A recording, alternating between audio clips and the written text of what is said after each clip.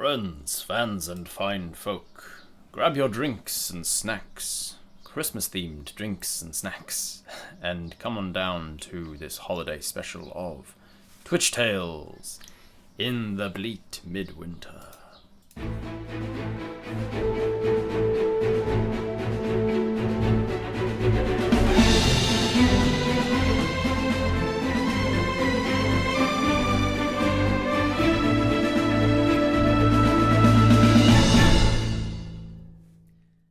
Welcome to Twitch Tales Holiday Special 2023. We are going to be playing a ttrpg today. Let's crack into it. You are going to first make your character. So the first poll is going to be a question of gender identity of this person. Are they going to be male? Are they going to be female? Are they going to be non-binary? Are they going to be gender fluid? Are we gonna randomize it? Randomize. We are choosing our character. There's very little to choose because this is a very rules light system. We are not going to be playing D&D. We're going to be playing a different ttrpg that is still a tabletop role-playing game, but you are going to make a decision on who the character is. It won't play into things too much. We don't have to worry about like all the different choices of what does it mean for the character. We don't have to pick from classes and races and all that sort of stuff. I suppose we can choose a race. That might be the next poll.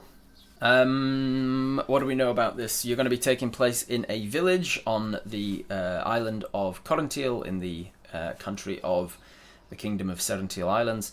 Corintiel is the island on which most of Apis' story has taken place so far.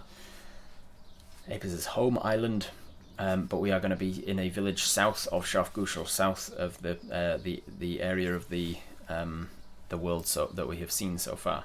With 36% of people saying female and the 31% saying randomize it. I will randomize it, but I will heavily lean towards the female. So we will go 1, 2, 3, 4, 5, 6. Okay, 1, 2, 3, 4, 5, 6. We have randomized it and landed on female anyway. Alright, so we are going to be a woman. We're going to be a woman character, a female identifying character. The next question is just kind of more for flavour than anything else. Species. What species are we going to play? Are we going to play a human? Are we going to play a tiefling? Are we going to play a dwarf? Are we going to play an elf, or are we going to play a hobbit? Those are the choices I will give you. I will give you just 1 minute to decide. You've got 1 minute. Go. Alright, we are going to be a tiefling. A tiefling woman. Last thing is the name. What sort of name should we give this main character?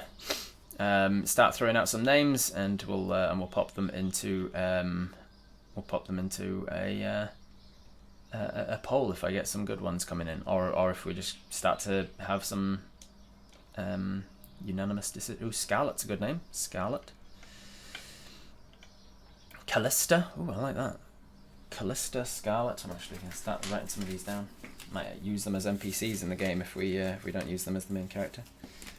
We've got Scarlet, Callista. Gemini. It's going to be confusing. People are going to say Gemini. Dave. Harmony. Harmony's a good one. Adhana. Mogren. Adhana. Adhana. Lilith. Mogren. Lilith. Like that. Reed and Centatia.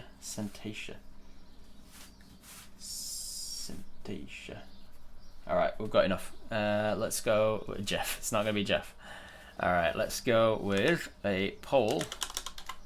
We've got a female tiefling, and the name is going to be one of the following. Which ones do I like here? Scarlet, because it maybe it's to do with your reddish skin. What else do I like? I think I've actually played a tiefling called Harmony before, so I'll leave Harmony off the list. Lilith is a nice name. I'm going to use that one. Centasha, I like that one. Centasha. I'm going to spell it like this. Centasha. Let's go with Callista. And then I am going to go with my own as well. I'm going to introduce one of my own as well. Okay. These are your names to choose from. Go. You are currently a tiefling woman. That's all we know about you. I will also tell you that you're a mage.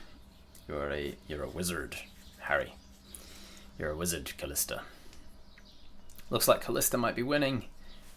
Just for brevity and the fact it doesn't actually matter, we're going to not make this a preferential voting thing.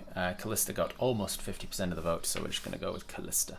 So you are Callista, the tiefling mage, and you are from a country called the Kingdom of Serentiel, and an island called a city called Valtara, or a village called Valtara. Valtara is south of Shafgush, or south of the dwarvish city, whatever that one's called, and west of Mudaska. So that's where we're going to be starting this. It is Cinterbrunn, Alljoy's Eve, to be precise, meaning Saturday the 7th of Cinterbrunn, the day before Alljoy's Day, the day of levity and fun and joy, the day that is dedicated to the god of such things, Cintalun. Cinterbrunn is a month at the end of the year, a 2-week month at the end of the year, when it is midwinter and all people are expected to relax, to shut their shops, to open their hearts and homes to people, to gift things to each other, to enjoy themselves, to partake in whatever is enjoyable to them. It is Alljoy's Eve, and as such, it is the equivalent of a Friday night after work on Christmas Eve, essentially, and people are having parties all over the land. One such party is occurring at the mayor's house. The mayor, I did not write my notes in a good way. With me rushing them, I didn't really write them in a where. Mayor Tina Swinson, there she is. Mayor Tina Swinson, a human woman and the mayor of the town of Valtara. She is throwing a party. She's throwing a party as she does every year. But this year, it's extra special, because visiting from the much larger town of Mudaxa to the east is a dignitary, an ambassador. Ambassador James, I think I called him. Let me see. Yes, Ambassador James is visiting from Mudaxa, and he is going to be judging the town, as it were. The mayor, Martina, she has made it clear to her staff and her friends and such that this party has to go off without a hitch. It has to go exactly as planned, without issue or consequence.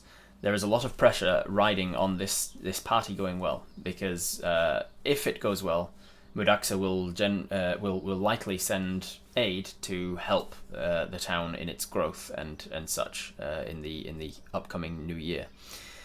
So no putting pants in the communal stew, no.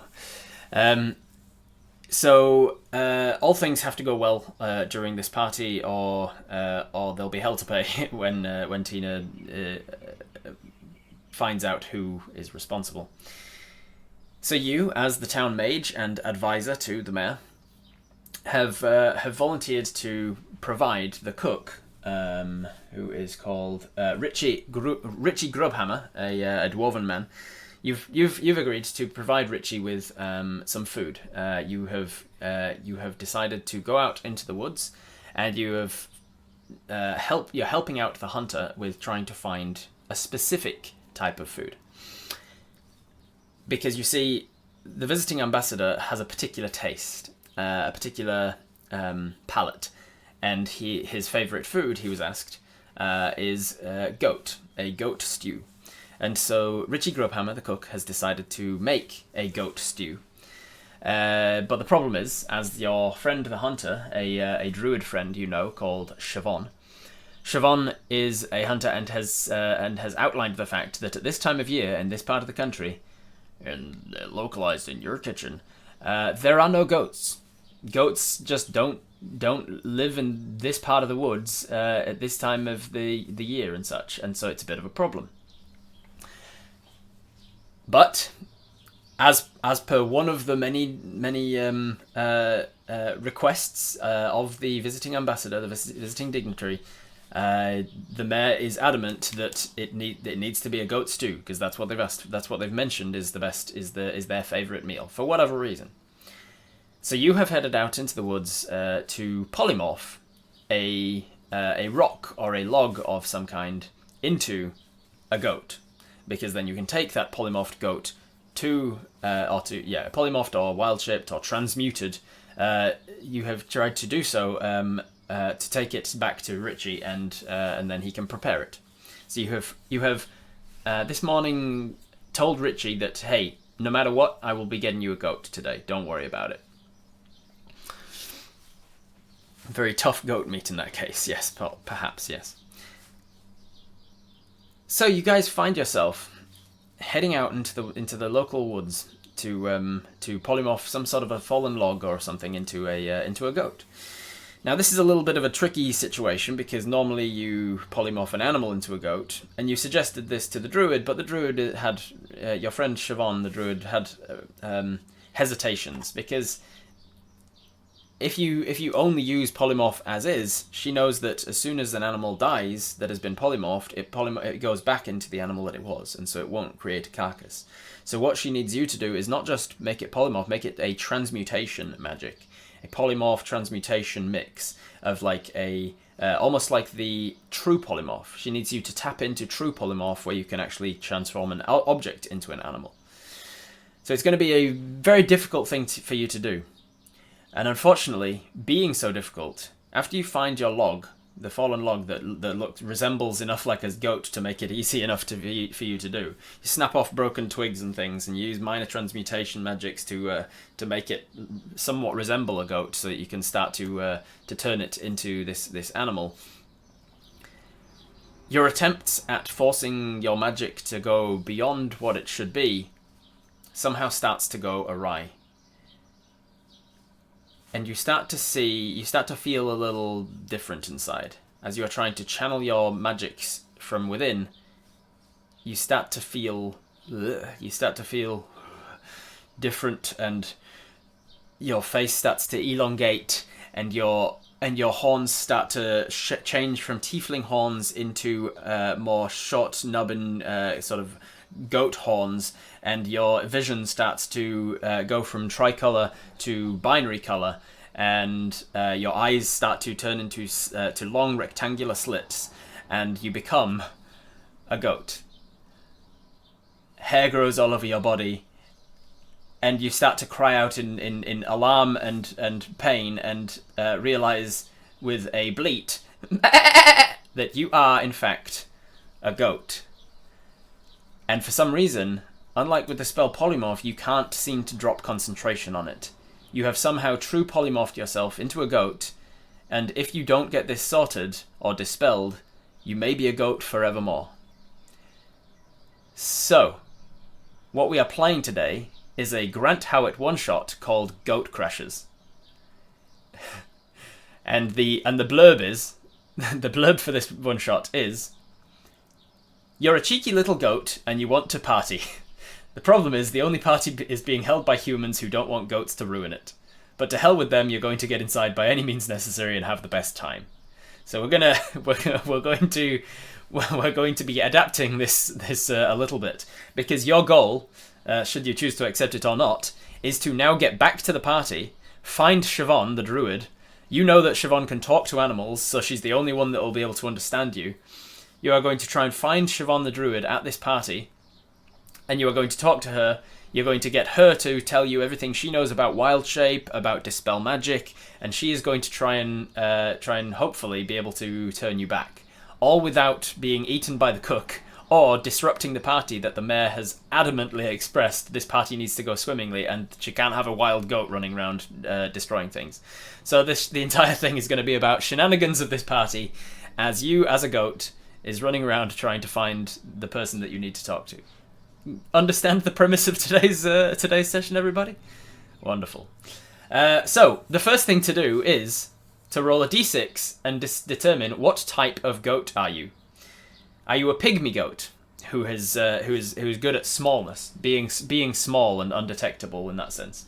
Are you a fancy goat, which means you get bonuses on being charming? Are you a mountain goat, which means you get bonuses on climbing? Are you a big-horned goat, meaning you get bonuses to fighting? Are you a satanic goat, which gives you bonuses to occultism? Or are you a fainting goat, which gives you bonuses to fainting? Which I love is an option on the list. So, I can either roll a d6, or I can put 5 of those 6 options into a poll, and you can actually just vote on which one you want to be. Would you rather me randomize it, or would you rather have the option to actually just straight up vote on which one you're going to be? Roll it, poll it, roll it, poll it. Roly-poly. Most people saying just roll it random. Roll it random. Alright, randomize it. We are going to randomize it. Alright, so here we go. Here is the d6 that I'll be rolling to determine what type of a goat you are. 6 is fainting. You are a fainting goat, which means any loud noises, any loud noises or sudden movements and things, you are at risk of fainting. Yeah, I love it. Each of them gets bonuses to like something useful, like being small or charming or climbing or fighting. But instead, you're a fainting goat, and you have a bonus to fainting. We're gonna vote for fainting goat anyway. Yeah, let's be honest. If you voted, you'd have voted for fainting goat. All right. The next thing is a d6 for what is your favorite goat thing to do? Eating stuff or just tasting it? Headbutts? Standing on top of stuff? Making a mockery of physical barriers? Running around? Or bleating loudly? Those are the options. Let's see what we got. Here we go. That is a 3. So your favourite thing to do as a goat, your goat instinct, because you still have your mind as Callista. As Callista the mage, you still kind of think like Callista, but your body has its own sort of natural instincts that it wants to do, one of which is standing on top of stuff. And you are a fainting goat, which is going to work hand in hand really well when you faint on top of something and fall off of it. Alright, the next one is a d10. The d10 to roll is what do you want to do at the party? Now, obviously, we've got the metagame of like you need to find Siobhan and let her know what's happened without disrupting the party. But there is also your own goat-like instincts are taking over, and you have the following options. Do you wish to eat cake? Do you wish to steal a bunch of canapes to give to your mum? Do you wish to hobnob with rich and famous people? Do you want to drink a load of fizzy wine? Do you wish to dance with an heiress? Do you want to be interviewed by Tatler for the society pages? Do you want to get one of the goodie bags? Do you want to secure investment for your new business? Give a speech thanking the host? Or recreate Die Hard, your favourite film and the only one you've seen at least half of? So with a d10, with a 3, you feel compelled to hobnob with the rich and famous.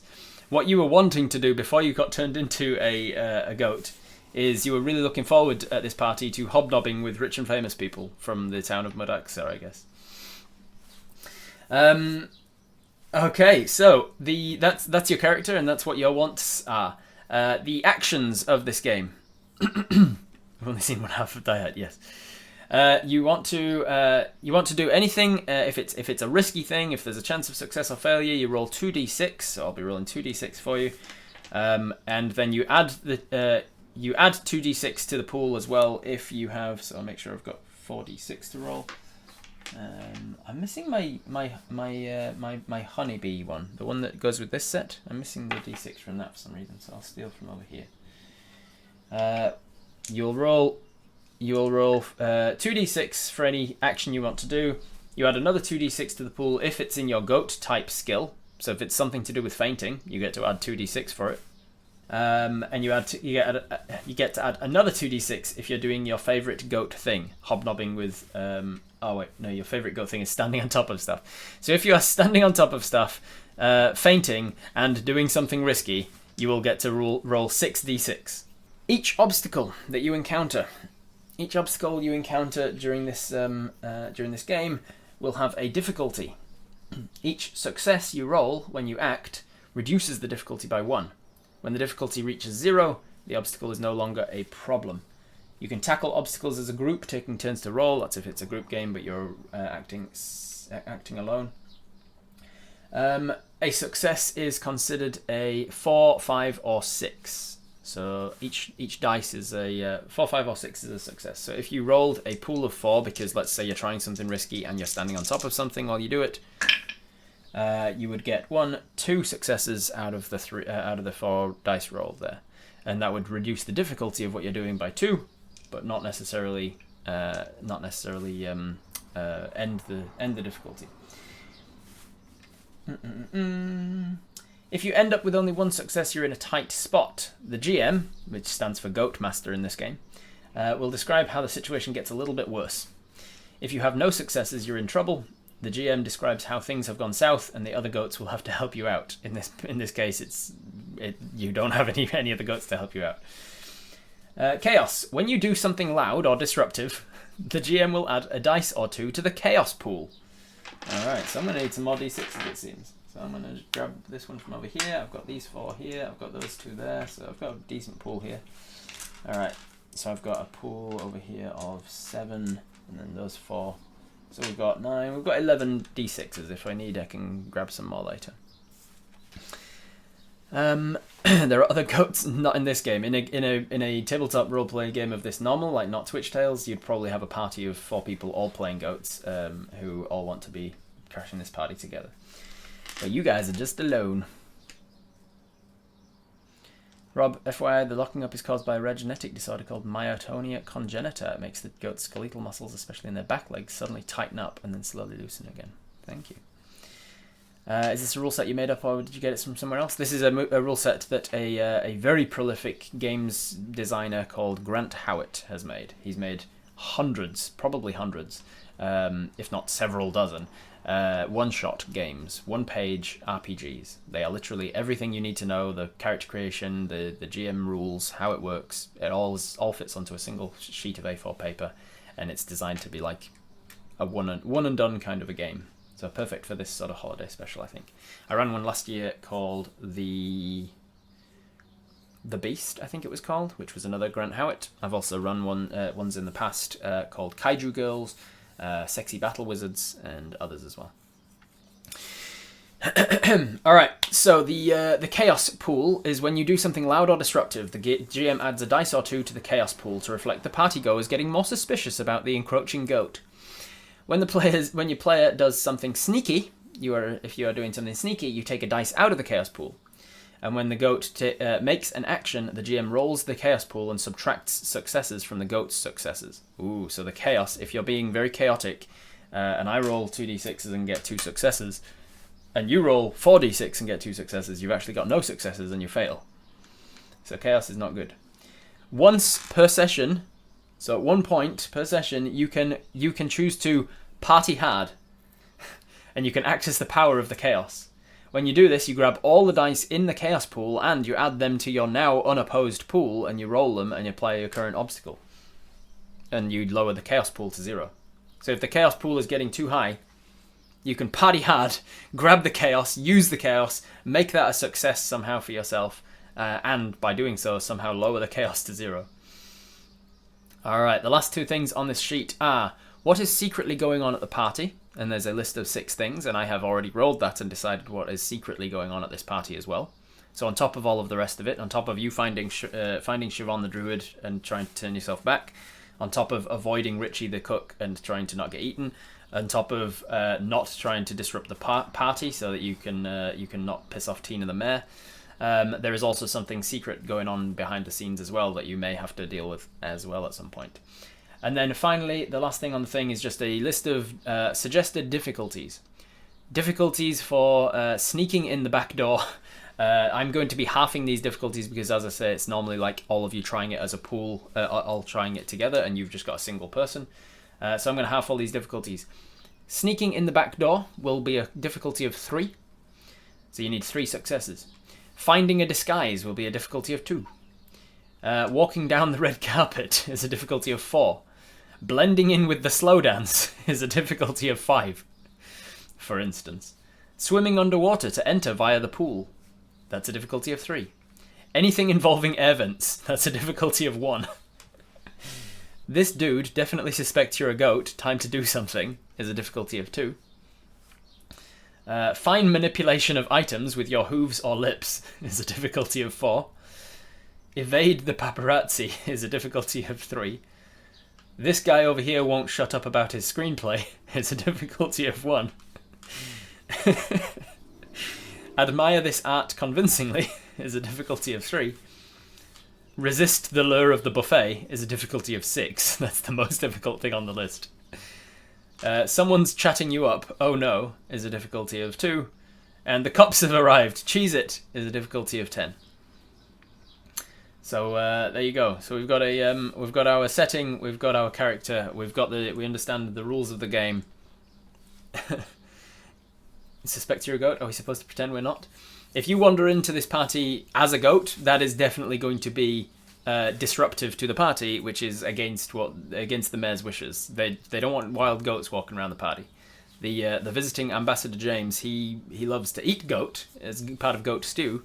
You suspect he may have suggested goat because of the difficulty of acquiring it at this time of year, and so he wants to sort of put the town to the test. But if you just wander on in there as a goat, people are going to notice. If you try to be a tap dancing goat, that could work. If you try to put on a hat and disguise, if you put on a trench coat, you could potentially pass off as a tiefling of some kind again. Stand up on your back legs. You can try. You can't access any of your magic as a goat. No, you're a goat. So you are now in the woods at the outskirts of town. You know that the party is the pre-party is starting. The preamble to the party. People are arriving. The cook and all of his chefs and all of the hired-in staff. You've hired in some waiters and things. You've hired in some party hosts from outside, from the Artisanal Alliance.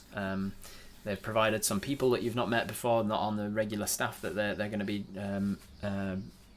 be hosting this party, I suppose. So they're arriving. They're getting into their uniforms. The other food is arriving. The party decorations are being put up. What would you guys like to do? You're on the outskirts of town at the moment. If only Tina didn't wait until the day of to tell us about the darn goat. The ambassador only told her this morning. Do we know what the druid is supposed to be doing at the moment? No, you know that she's helping the mayor with preparations for the decorations and things, probably using like vines and holly and mistletoe and stuff, conjuring that stuff around the manor. Need to talk to the druid to get her to help us. All right, I would like to faint. I think from the shock of being turned into a goat, suddenly you're just kind of freaking out. Your heart's palpitating a little bit, and then suddenly your back leg muscles just seize, and you just fall to the side. And then you're sort of lying on the side in a paralyzed position, just being like, "Well, this is great. I've turned into a goat, and I'm a fainting goat." And then slowly your muscles kind of start to relax again, and you manage to get back to your feet. First things first, do we still have the ability to write, like with our hooves in the snow, etc.? With fine manipulation, you could certainly try to do so. What happens if we bar? You try to speak and you try to be like, "Oh fuck, this is not good," and instead out comes a spy at the village, try and spot our druid. Yeah, she's nowhere to be found. She'll be inside the manor, like setting up the party, most likely. Put together a centaur disguise. We should totally disguise ourselves as a centaur. We could try that, yeah. How are you going to grab your disguise?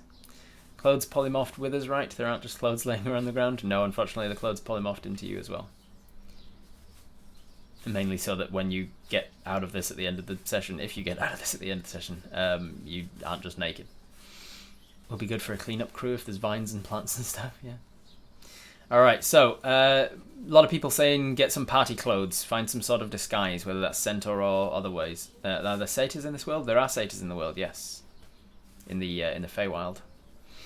Evolutionarily, what is the purpose of the fainting mechanic that goats have acquired? I don't think there is an evolutionary thing for it. I think it's just a trait that has come along for the ride. Go for the high ground to try and get on top of the manor. You could write a message and lure someone to it. You could definitely try to write a message. I'm telling you, Reader, it's going to be very difficult with hooves and lips to write something cohesive in snow. But you could certainly try. I'll be devil's advocate. What if, and hear me out, we bite someone? That sounds like a perfect way to avoid disrupting the party. Can we just scream? Try and get someone to come to us? You could certainly try. Alright, so we thumbs up for find some sort of clothing, and thumbs down for anything else. Alright, we have a lot of people wanting to find some kind of clothing, some kind of disguise or something. Okay, so the first thing is I'm going to make this just a difficulty of 1. Just a single difficulty. You are going to walk around the village trying to find somebody who's put clothes out on the line. The reason there is a risk to it is, and that it's not just an automatic success, is that it's midwinter and people don't tend to dry their clothes on the line in midwinter when there's snow on the ground because your clothes will freeze. So there's not a lot of clothes out and about, but let's see if there are any. So there is a difficulty of 2d6 here. You've got a pool of 2d6 rather. It does not pertain to your goat skill of fainting. It does not pertain to your goat enjoyment of standing on top of stuff. So you are just going to roll 2d6 and you need a 4, 5 or 6 on one of them in order to succeed this. That is 2 4s. That is 2 successes. You lower the difficulty to 0 and you succeed. You succeed with finding someone who's put their clothes out. They've got like a potbelly wood stove outside under like a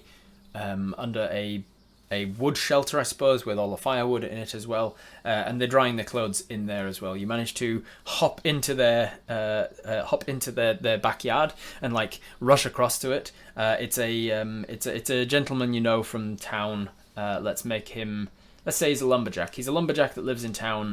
His name is I was literally just going to say Tree. That's how my brain worked. I was like, lumberjack, Tree. His name's Tree. People call him Tree because his name's Trigger. Trigger the lumberjack, and he's okay. Yeah. Trigger the lumberjack. People call him Tree. He's left his plaid shirt, his typical lumberjack outfit outside. Now you're going to try and grab this clothing and put it on. Now this is going to be a significantly more difficult difficulty. Because we're starting easy, I'll still go easy on you at this point. You're going to be a difficulty of 2. So you need 2 successes. This does not pertain to fainting. This does not pertain to standing on top of anything. You're just trying to like manipulate your goat horns up through the bottom of the shirt as it's hanging on the line, and then try and like shuffle your body up through the shirt. Can we stand on the woodpile to get our bonus? You wouldn't be able to then put the clothes on if you were on the woodpile. All right. Are there any female clothes that you wouldn't then have to do anything up? No, a lot of female clothes have buttons and clasps and stuff. So you're just going to try and wiggle your way into this lumberjack's shirt. Here we go. That is 1 success and 1 failure. So you lower the difficulty to a 1. However, as it says up here, if you end up with only 1 success, you're in a tight spot. The Goat Master describes how the situation gets a little bit worse. So I think this is obvious. You knock over some of the woodpile and clatter, and then you hear Trigger from inside. He comes to the window. He opens the curtains and he sees a goat trying to eat his clothes, as far as he knows. And he goes, "Oi, oi, oi, get away!" And he sort of bang, bang, bang, bang, bangs on the window, and then you see him running towards his towards the back door. So Trigger is going to come out and hit you. He's probably just going to get an axe and like try and scare you off. What do you want to do? Do you want to try again? Put on the clothes before he gets out. The difficulty is a 1, so you did lower the difficulty down to a 1. So do you want to try and grab his clothes and run off, or do you want to rush away? And do you want to faint because you banged on the window? I'm gonna say there is on a 1 or a 2 you fainted because of the you fainted because of him banging on the window. That's a 1. It started so well. You went up to the clothes, you tried putting it on, you wiggled, you made some noise, you knocked over some wood. Trigger banged on the window, which made your back legs just seize up and poof, you just fall prone, which means you can't do shit before Trigger gets out.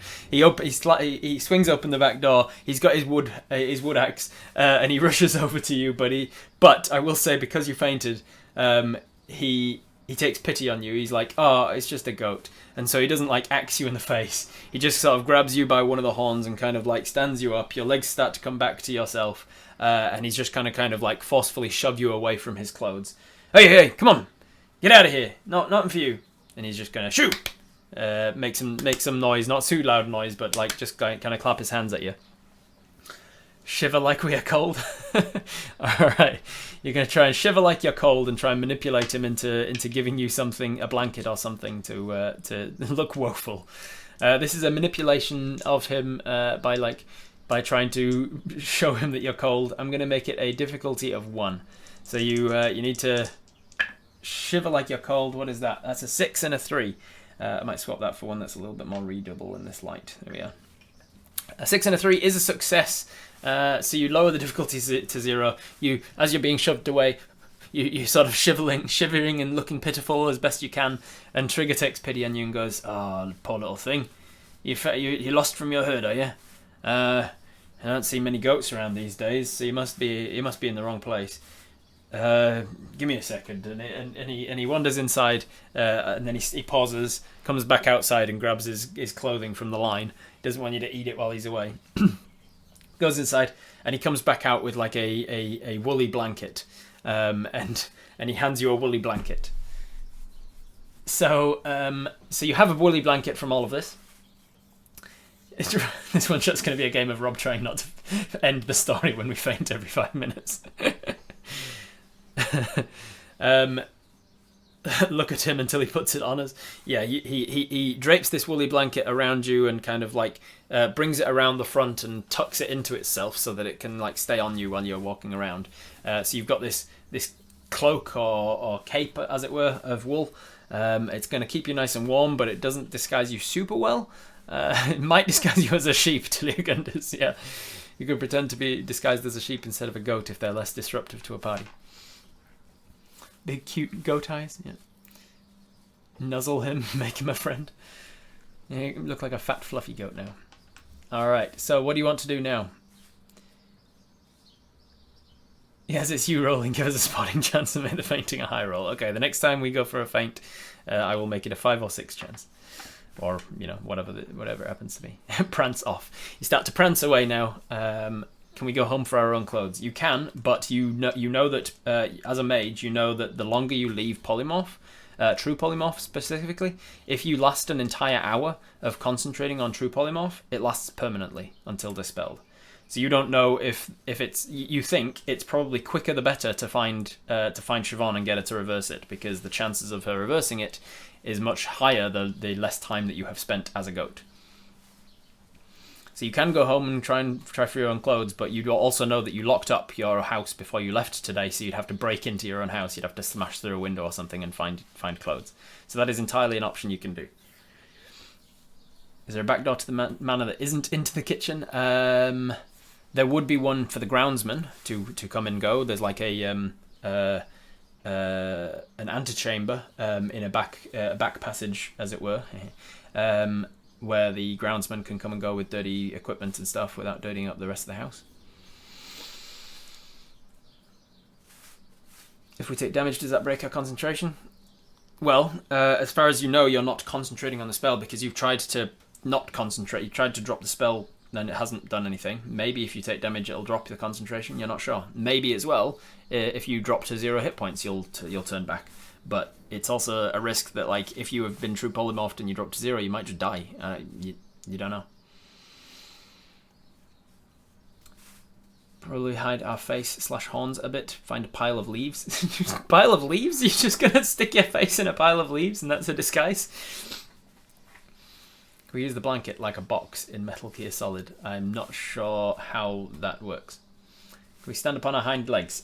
You can stand up on your hind legs. You can try to attempt to do so now. I'm going to make it a difficulty of 1, just to see if you can practice walking around on your hind legs. That is a failure. With a total failure, if you have no successes, you're in trouble. The GM describes how things have gone south, and other creatures, other goats, will have to help you out. So at this point, you sort of walk away from, you sort of prance away from Trigger's house. You start sort of walking down the street, wondering, should I go home? Should I go to the manor? You're like, if I go to the manor, maybe I could disguise myself through the back entrance. And so you like start to stand up and walk. Let's see, how does this go wrong? I think it's a case of, yeah, okay. So you stand up and you start to stumble, and it just does not work very well. Bang! You hit into a some dustbins, some metal dustbins. They go clatter. The loud noise from it makes your legs seize up, and you just lie on the ground, unable to move. And then somebody comes down the street on their way to the manor house, and they go, "Well, the hell's this? Bloody is a goat!" And then they because you're unopposed, because you fainted, he grabs you and lifts you up, and he goes, "Hey, I think old Richie was wanting a goat for tonight's thing. What bloody good luck that is!" And he picks you up and starts to just like walk towards the manor with you. So you are now essentially grappled by somebody who, it sounds like, is going to be handing you to the cook. So that is the difficulty that comes from failing your check there.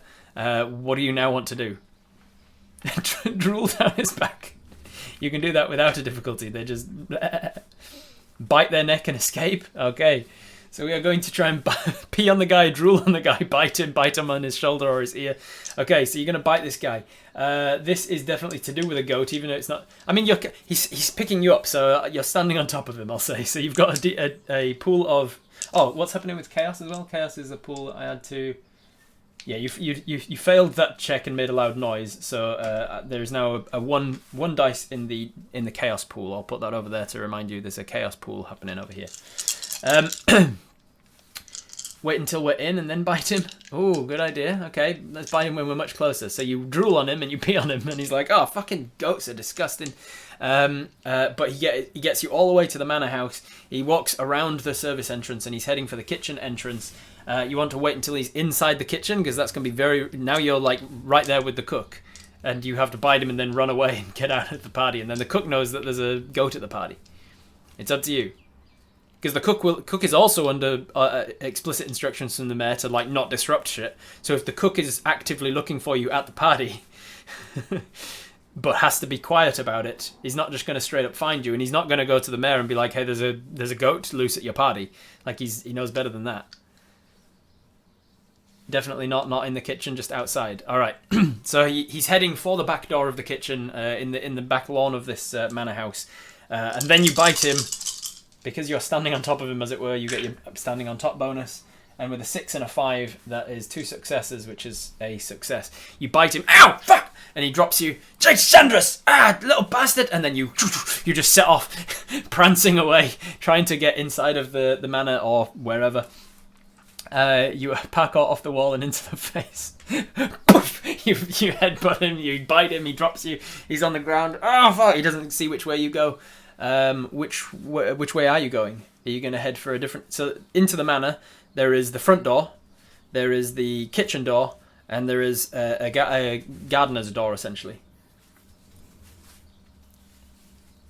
Run like the wind, bullseye. Could try going in the front. Do we know of any guests on the guest list that happen to have a name that name a goat could pronounce? There is Barbara. Barbara is on the guest list. You do know that, Redial. Barbara is the local hairdresser, the local barber, if you will. Fuck, I'm genius. Barbara the barber is on the guest list, and you can, if you want to, go to the front door and pretend to be Barbara. Gardener's door, gardener's door, gardener's door. Check for famous people. The gardener's door. All right. Most people saying we're going to the gardener's door though. Before we run too far, check for famous people. So you look around looking for famous people. You notice that there are there is let's see. There is a visiting hero. So one of the Knights of Kavosna, who is a I'd say they are the lion, not category, lion rank. They are the rank of lion within the Knights of Kavosna, which puts them a pretty high-ranking hero, essentially. Let's make them a... they're a mule, a half-dwarf, half-human. They've got a very well-maintained... excuse me. A very well-maintained ginger beard, just real short, kind of like mine, just like this, but with more of a point at the bottom of it, with some jewels adorning it. They've got long ginger hair that kind of runs down behind their back into like a braid. They're wearing their lion regalia, which is, from memory, a silver-lined cloak. And their Knights of Kavosna symbols. They're wearing their ceremonial armor, so it's easy to move around in, but it still looks very fancy. They are considered one of the local heroes, of the local celebrities, as it were. He's currently arriving, stepping out of a carriage, thanking the driver, and heading up the front path towards the front door.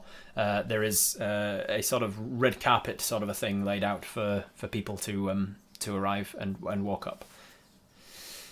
Roll for hobnobbing. You can try and roll for hobnobbing if you want. All right. So what do we want to do? Do we want to go? Do we want to sashay up to him? Sashay up to the celebrity. Faint. That's a handsome guard. Sneak under him so he rides us. What the fuck?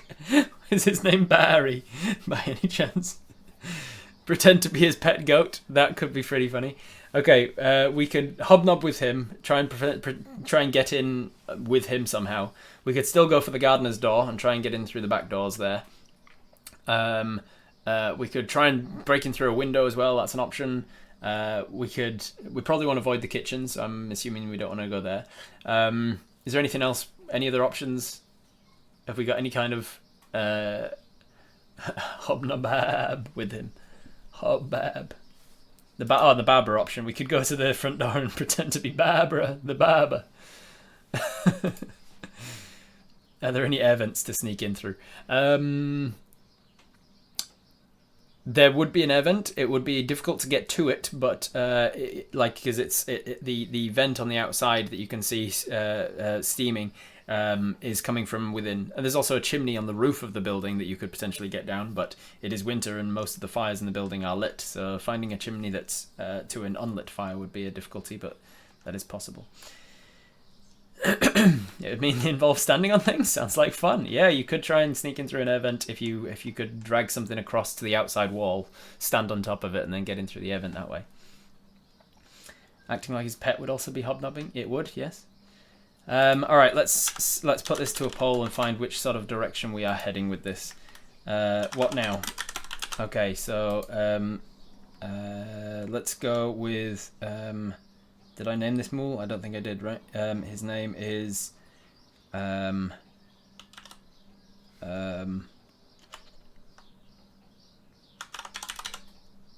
name is Hank.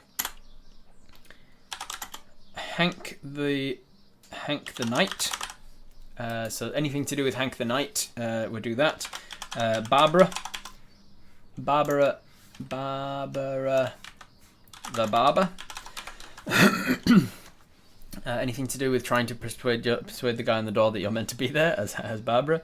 Climb in air vent. We'll try that. We could also go with chimney.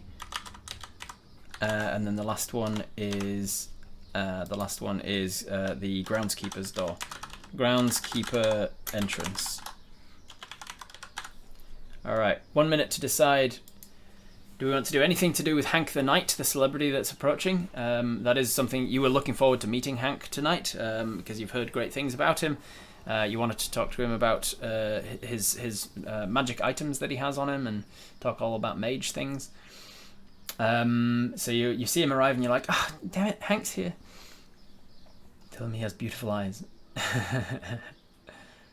Don't faint.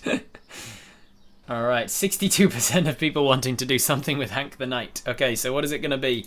Are we going to go up and like schmooze with him and hope that he finds us cute enough that he just like, hey, can I bring a goat into this thing just randomly?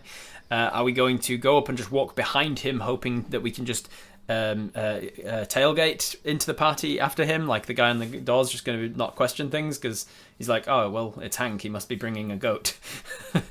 Are we going to try and persuade him to ride us as if we're his mount and he's allowed to bring a mount into the party?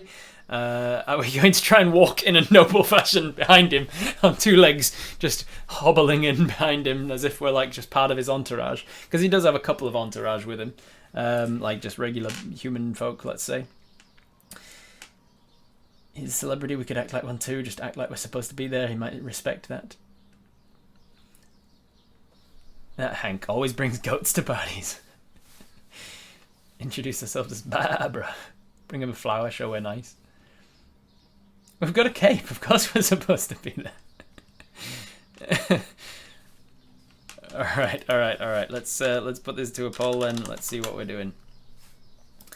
Act like his mount.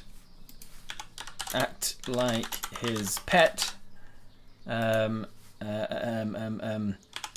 like a person, like on two legs and walking. I'll just tailgate. I think those are the main options here. I think those were the options, so you've got 1 minute to decide. What are we doing? Act like his mount, act like his pet, act like a person, or just tailgate. Just follow him in and hope that we can get in with confidence. Fainting goats are reasonably small. They are reasonably small, but you don't get benefits from being small because that would have been the pygmy goat. If you'd have rolled a 1, you would have got pygmy, which would have given you bonuses to being small. So I'm not going to also give you bonuses to being small. I will allow you to be small, but not to any major mechanical effect. Alright, the answer to the poll is act like his pet. Alright, so we are going to semi-tailgate, semi-just like pretend to be with him, act like his pet. And what were the other options? Act like his mount and act like a person. Okay, so you you are going to sidle up next to him, try and look like his pet. This is going to be a difficulty of 2. Yeah, this is a difficulty of 2. Let's see. You don't get any bonuses for fainting. You don't get any bonuses for standing on top of stuff. You just need both of these dice to be a 4, 5, or 6, which is a 25% chance. All right, here we go. That is neither of them success. Neither of them succeed, which means that if you have no successes, you're in trouble. The GM describes how things have gone south, and the other goats will have to help you out. Or other things have to get you out of trouble, essentially. You're in trouble. The GM decides how things have gone south. I'm also going to say that this is going to cause chaos to the party, so the chaos pool is now 2. I should have rolled that chaos dice and subtracted it from your 0 successes as well. Let's see. You sidle on over to him, thinking like, "Oh yeah, I can get away with this. I'm a cute goat." You wander on over. You see one of his entourage sees you first, and nudges him and in your direction. He sees you. He immediately looks around and he goes for his sidearm, his short sword, and he says, "It seems there might be." You hear him say, "It seems that." Is it not Yinagu? It's not Yinagu because he's the null one.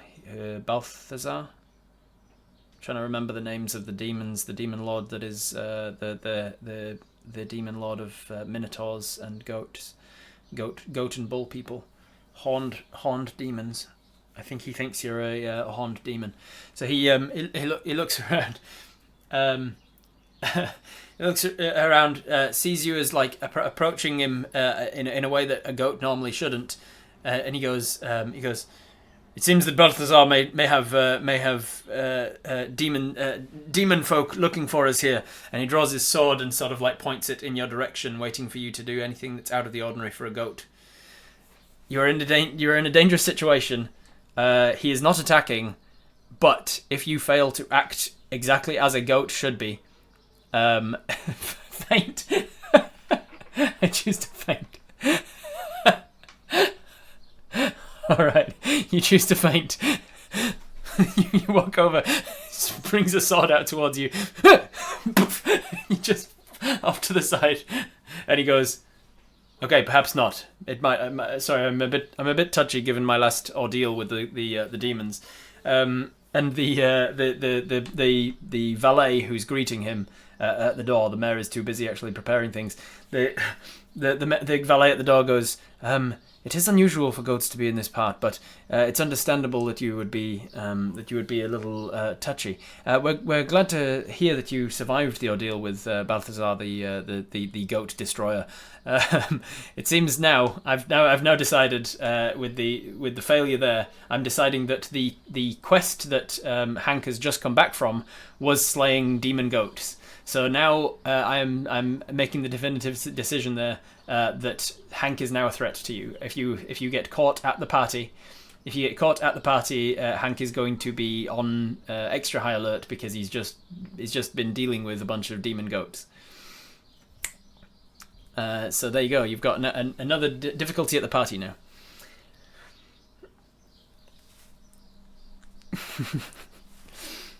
Baphomet. There it is. Thank you, Cake Ladder. I was like, it's somewhere in there, and it begins with a B.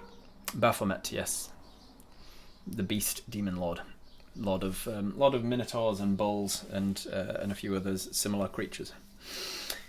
He is cute. We'll be fine. All right, so you are left alone. As your legs come back to you, you are left alone outside. Hank dismisses you as just like one of the goats. He now more like Baphomet.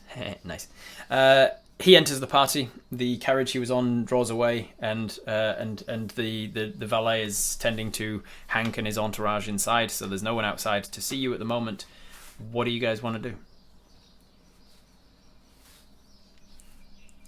Revisit the Barbara plan. Is that the plan next? To be Barbara, or the gardener's door? All right, we got seemingly 3 options.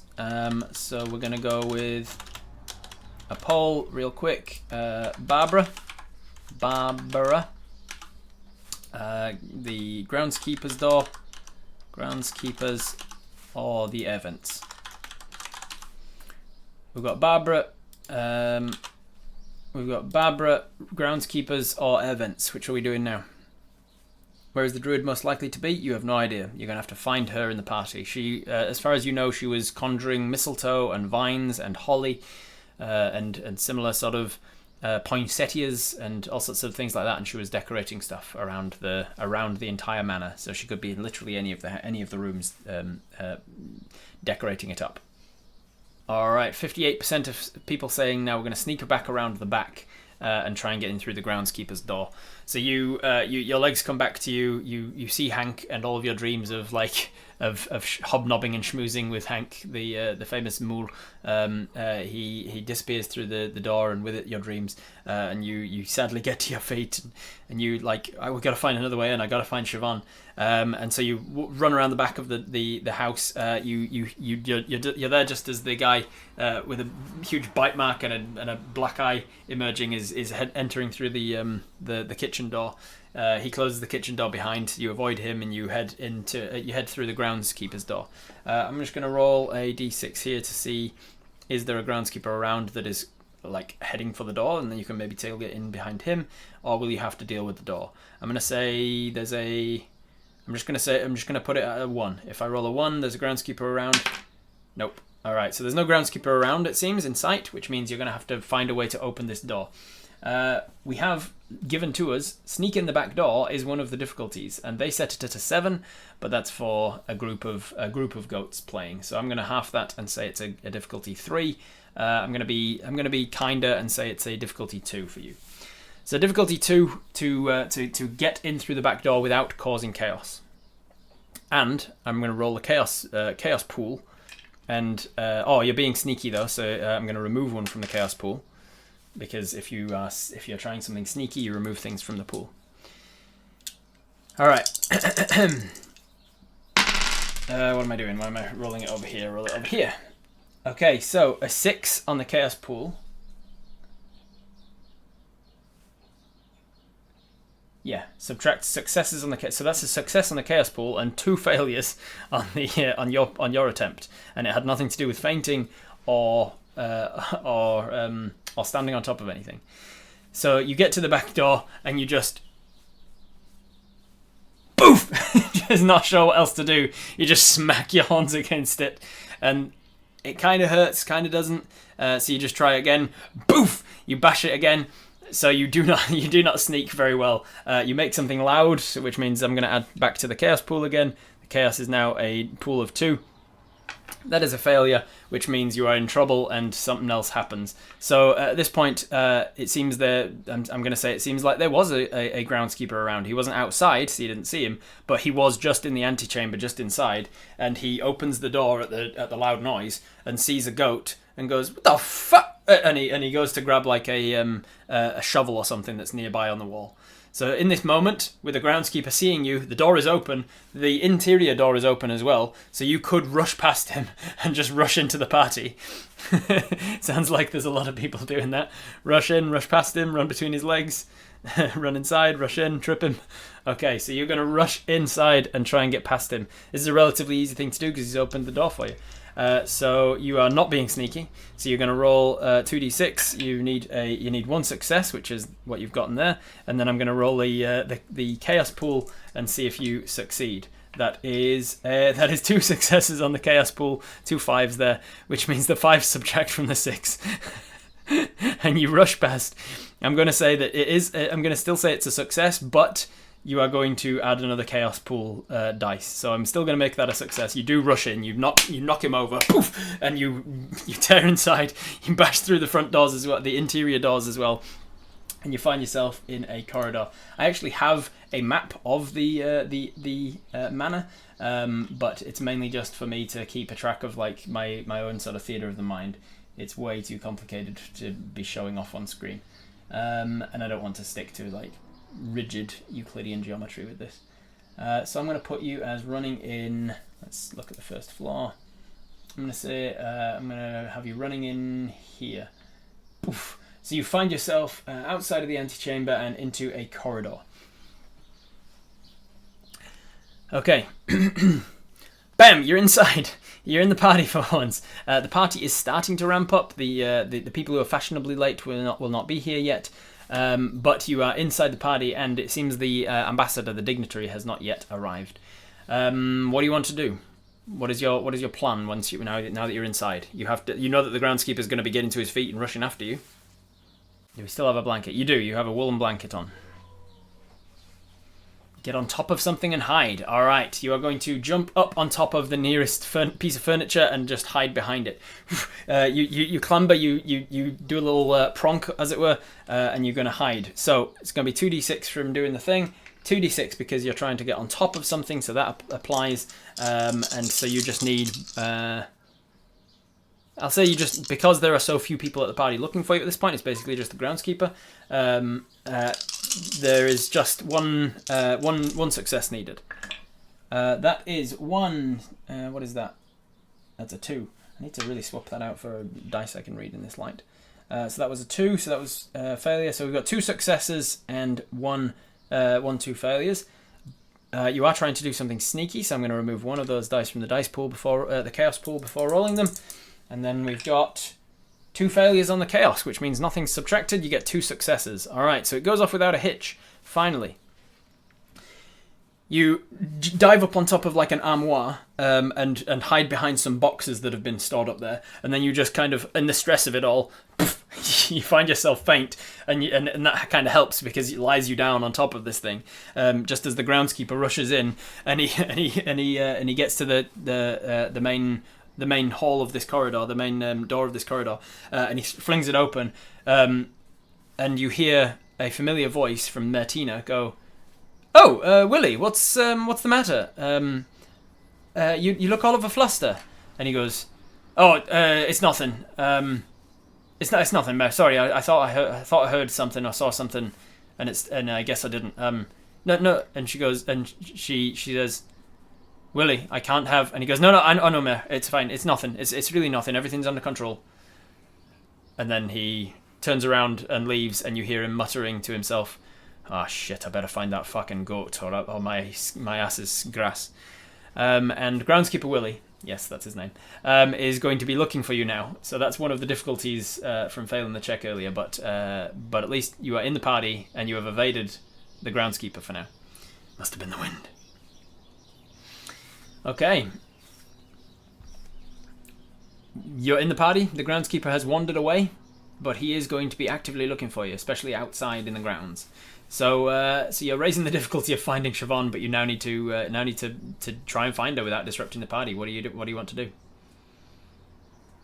Do goats have good hearing? Can we try and listen for our friend? You absolutely can. Goats do have good hearing. They have a wider range. I actually looked up all of the goat senses earlier because I was like, I need to be able to describe how goats see and smell and sense and taste the world.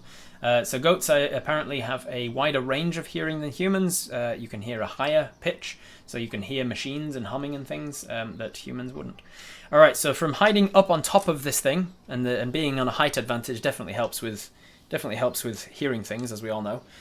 You are going to sneakily, I'm gonna take away one of your chaos dice.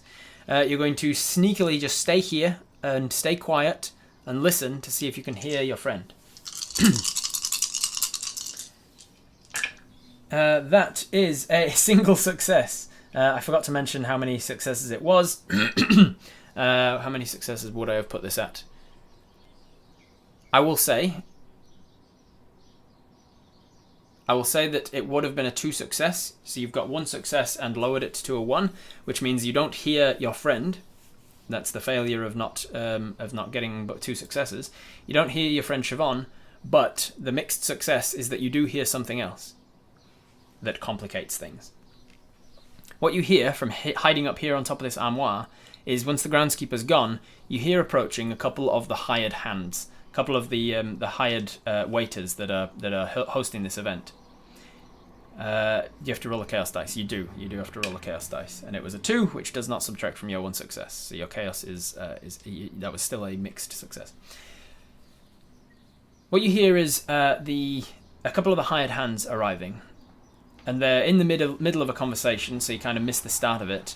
But when you start to be able to make out the words they're saying, it's kind of in hushed tones, and you realise they're trying not to be heard as they talk to each other, walking past you in the corridor. And one of them says, "But what if the poison doesn't work?" And the other says, "Why would the poison not work?" He says, "I don't know, maybe the cook fucks it up or something. Or maybe they mix the meal up or something. Maybe he doesn't. Maybe that mage bitch doesn't come back with a goat for him, and he has to redo the menu last minute, and then we've fucked because we can't hide the poison in his dinner." He says, "Well, don't worry about it, because the thing is, we've got backup, haven't we?" He says, "Backup? What do you mean?" He goes, "We've got backup. We've got people on staff." He says, "What do you mean?" He goes, "Look, the ambassador's going to die before he leaves tonight. Okay? That's all that matters. How it happens doesn't really matter. Of course it matters. We need to provide chaos in Heisgrod's name. No, it does. Like, the ambassador dying's going to cause the chaos. It doesn't matter. We've got people on the staff that are." And he starts to they wander around and they start to disappear out of your hearing range. And you realise the secretly going on at the party thing is that there is an assassination attempt on a visiting dignitary, which is literally one of the 6 options on the list. And when I rolled it, I was like, holy shit, that's perfect. I've already established the fact that there's going to be a visiting dignitary here. And now there's an assassination attempt on him as well. We shall thwart the plans and as a goat. All right, so they are. So what you have learned from that is in Heisgrod's name, which is let's make you a religion check. This one doesn't have a risk of failure. I just want to see if you know who Heisgrod is. That is 2 successes. Yes, you know who Heisgrod is. Heisgrod is one of the gods of this world, and he is the god of chaos and randomness, random chance. He is worshipped by those who are of a chaotic alignment. Often, he's worshipped by people who appreciate. He's generally considered an evil god, and people who worship him tend to be in cults. Cults who wish to sort of anarchist type cults who just want to down with any semblance of civilization or whatever, and rebuild from chaos will come actual order and stuff. People tend to be a little misguided by their worship of him, but he is a chaos god, and there's a lot of terrorist cults that will worship him. So it seems like one of these terrorist cults has infiltrated the staff of this event, and they're going to try and poison the visiting dignitary. And if the poisoning fails, they will attack him in other ways because they've got people on the staff. It seems. I'm sure we'll be able to stop that as a goat, which faints after basically any noise. When it doesn't hinge on us actually making progress, we get to 2 5s. Yeah, yeah. Look in this armoire for any disguise upgrades. Yeah, we could do that. A chef's hat or something that would be perfect. Could pretend to be another cook. Let's listen to our friend again. I think we still need one more success to try and find her. Luckily, there is a knight here. There is a knight here, so if you can get to him, even though he's on the high lookout against you, if you can somehow persuade him that something's going on. So there's options for you. All right, so you're going to sneakily stay up here on this sneakily. So you are spending extra time. So you've now been up on this armoire for a good like 10-15 minutes, just like waiting for what the fuck do I do, trying to wait for the groundskeeper's suspicion to die down. You have heard other people arriving in the time that you're staying up here. But you've stayed up here long enough for the chaos dice to have died down. You're going to get 2d6 regular, 2d6 from being on top of something. While you're waiting for your moment, let's see if you hear her. That is 2 more successes. So after several more minutes of waiting, you hear Siobhan. Her voice rings out through the corridors as she's approaching, saying, well, yes, of course. What should I make her? Let's make her Welsh. She says, "Yes, of course, James. This is all my doing, but it's really nothing. It took some time to get them all right, but really up here is it's a well, to give it its technical name." And she starts talking about botany and stuff, and you can hear them approaching. And the unfortunate thing is, she is in the presence of the ambassador, and then you hear Martina. Martina and the ambassador are both with your friend Siobhan, and Siobhan is talking about the berries and the vines and things, and they are heading towards down the corridor towards another room, and you hear the last thing you hear as they pass you is let me show you the ballroom now. I'm really pleased with how we've decorated the ballroom.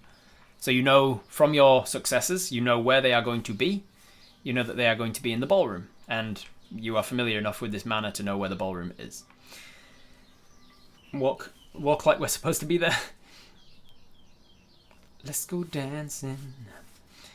We know we can't go near it while the ambassador and the mayor are both in the ballroom. You can barge in and tell her who we are, but then you have immediately failed your task, as it were, of not disrupting the place.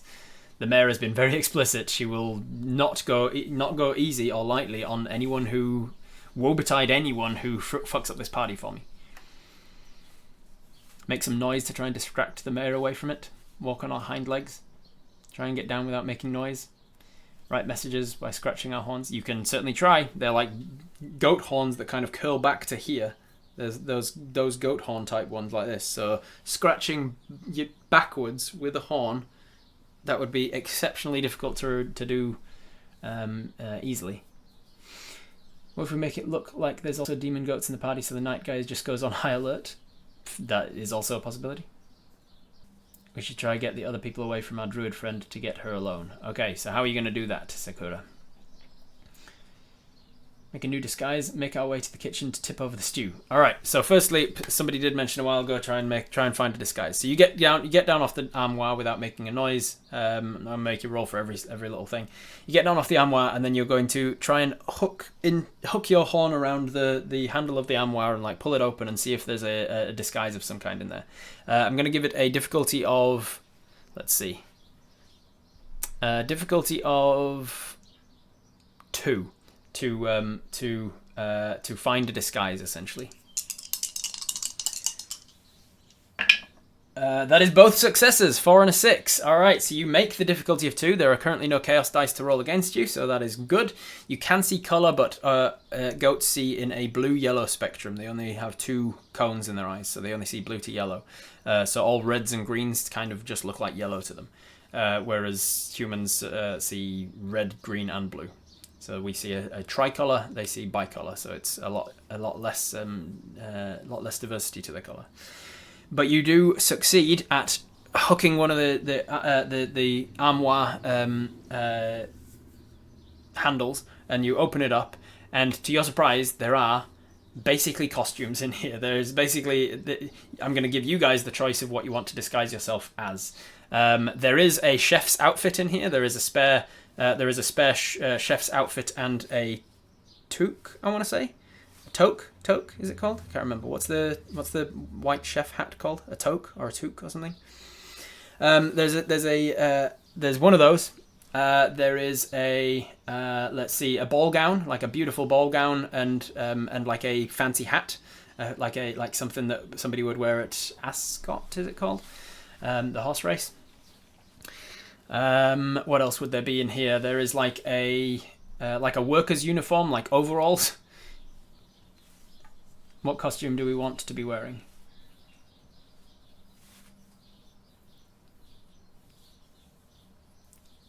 A disguise may not be good because all the colours are different, yeah. Kitchenware? Ratatouille House is the name. It's got a name, that chef's hat. I'm pretty sure it's like a toque or something. Is there a pantomime horse costume? No. No, there isn't. Goat in a ball gown sounds fun. Jester. Yeah, there's probably a jester's outfit in there. You could pretend to be a jester, maybe.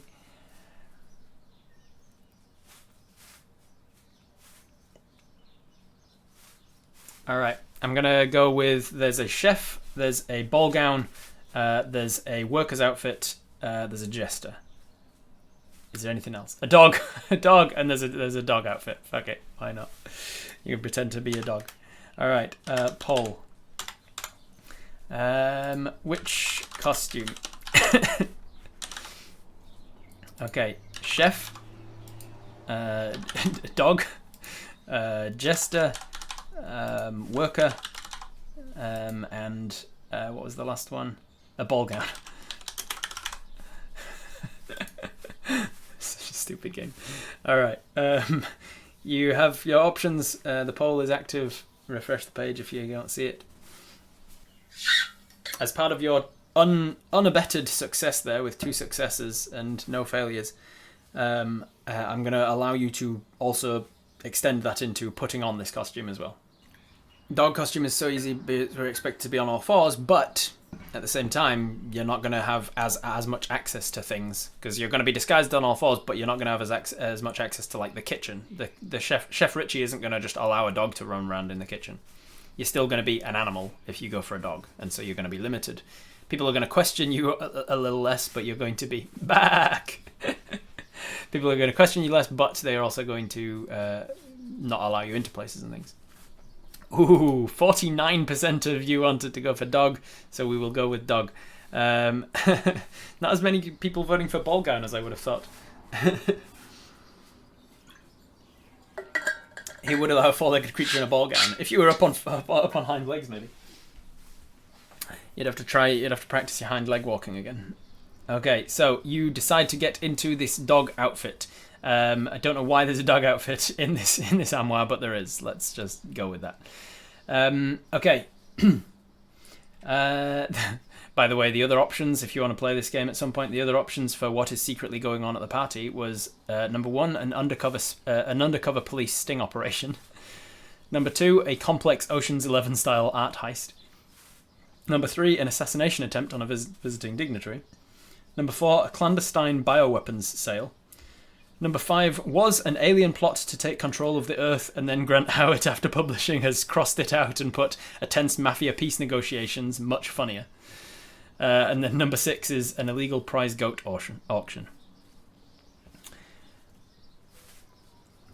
We don't know what the mayor gets up to in her spare time, right? Yeah, the mayor's secretly a furry, apparently. It's not a dog outfit, it's a dog collar and leash. Best not to ask. Okay, you look at yourself in the mirror, you look like a dog with horns. Yeah, you put on a dog collar, you put on like a doggy harness, like one of those body harness looking things. You somehow manage to fasten this dog collar around yourself with a great deal of effort. It takes you a good like 15 minutes to put on this outfit, but you do so quietly enough that you now look like a dog with horns. At first glance, it looks like you're in fancy dress, like someone who's put this dog in a horned headband or something, rather than you being a goat looking like a dog. But upon close inspection, people will realise you're a goat still. Big floppy dog ears to hide the horns. Yeah, you actually put on you put on a headband that has dog ears flopping on it, and you put that on in front of the horns. So from the front, it's a little harder to tell that you've got horns, but people will see the headband around your head and think, if they see the horns, they'll think the headband is part of the horns rather than part of the ears. There you go. You've got a floppy-eared dog headband on. Okay, you are much cuter now. What do you want to do? You know that other people are arriving at the party as well. There are other celebrities arriving that you could hobnob with, but you've also got to locate and find the Heisgrid. To mention as well, with your success on Heisgrid before, with the 2 successes, you know that Heisgrid symbols are usually bone dice. So any symbol of a bone dice is usually a signifier that somebody is. It's either a signifier of a casino, which is Heisgrid's place of worship, or it's a signifier of somebody who's worshipping their cult. So be on the lookout with NPCs around the party of any bone dice, like knuckle bones. Okay, we need to go to the ballroom to try and find the friend. Okay, you start hobnobbing your way through the party towards the ballroom. I'm going to roll you a single. It's a DC 1. You get 0 successes, which is a failure, which means that on your way to the ballroom, you are accosted. You start heading there, but there is a young kid, maybe like preteen, that is there with some visiting families or something. And he comes over and he oh, a dog, and he rushes over and he starts to like smush your face and oh, it's so good. Well, I gotta tell, we're a happy, friendly dog. He's like, hey, a dog, and he starts to like really draw attention to the fact there's a dog here. And his mother, who is a celebrity, let's see, what sort of celebrity would she be? She is of the diplomacy celebrity, I will say. She's one of the let's say she's one of the uppers in the upper ranks of the Artisanal Alliance, the people who basically like the workers' unions. She's a little bit hoity-toity, and she says, "Oh, Jeremiah, don't touch a random dog. It might have rabies or something. It might be disgusting." You lick his face. Your goat lips come out. You lick this guy's. Oh, he's licking me. What a cute dog. What a cute dog, Mum. Roll over. Try not to faint. Lick the kid's face so hard that they go away. You gross him out with your. I'm going to see if you can get this kid to go away. It's only a DC 1. Let's see if you do. That is both successes, both failures rather. So that is both failures, which means I'm going to say that you've now, by licking this kid's face, he makes more of a chaotic event. I'm going to put a chaos pool into your dice now. Chaos dice into your pool rather. He squeals in delight. He loves the licks. Apparently, you're trying to gross him out with your weird goat lips, and you're just grossing him out. Mum, can we keep him? The kid's never seen a dog before. Mum keeps him away from animals. So it's bad luck, but you are now drawing attention to yourselves, and chaos is starting to emerge. I will say, to your benefit, you have now made you've made enough of a commotion that the mayor, you hear from the ballroom at the end of the hall, says. You can kind of hear her say to somebody, "Go see what I don't know what it is, but go see what it is in case it's a problem." and she sends out one of her servants to one of the staff to go and investigate what is happening, what is the commotion that's happening outside, because she can't risk anything spoiling this party. So she's still in the ballroom with the visiting dignitary James and your friend Siobhan, but they've sent somebody out to see what the commotion is. She couldn't have done the biggest favour and sent the druid, unfortunately not. You cuddle into the child, just like nuzzle into the child, and just like, let's see if you can get this kid to sort of like be your beard, as it were, to disguise you, to keep attention off of you. Grab the leash and put it in the kid's hand. I'm going to roll a DC 1 to see if you can nuzzle into the kid. That is a success. However, there is a chaos dice to roll. Let's see. That is also a success. So this success cancels out that success, and you get no successes. With no successes, you try to nuzzle into the kid, forgetting temporarily that you're not a dog and you are a goat, and instead you ram horn the kid, and the kid goes poof, poof, into the wall and goes, "Oh, the doggy hit me, mum!" And at this point, the one of the other doors to this corridor opens, and you see Hank come out and say, "What is that? Someone being attacked?" and wanting to be the hero that he is, he sees you. And he goes, "That's no dog!" And he draws his sword. We're gonna roll to see if you faint. We're gonna go with a 5 or 6. You will faint. That is a 3. You manage to not faint in this moment, so you turn around and you just fucking start pronking down the hall, legging it down the hallway, and "Stop, demon beast!" And Hank will run down the hallway, and the mayor will go. You hear the mayor shriek from down the back of the hallway, down in the ballroom. The servant that she sent out to find you is also now chasing after you. All right, so you are rushing away from Hank, away from the mayor's servant. You are on the run. What do you want to do? Where do you want to go to?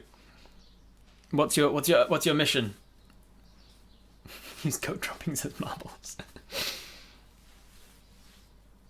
You have a leash that's just kind of flapping behind you as you're prunking down the hallway.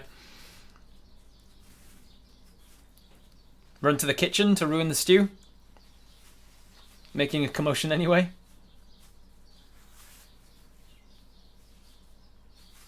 Our mission is a wash at this point. We've flubbed it all. The party is not entirely disrupted. It's still salvageable.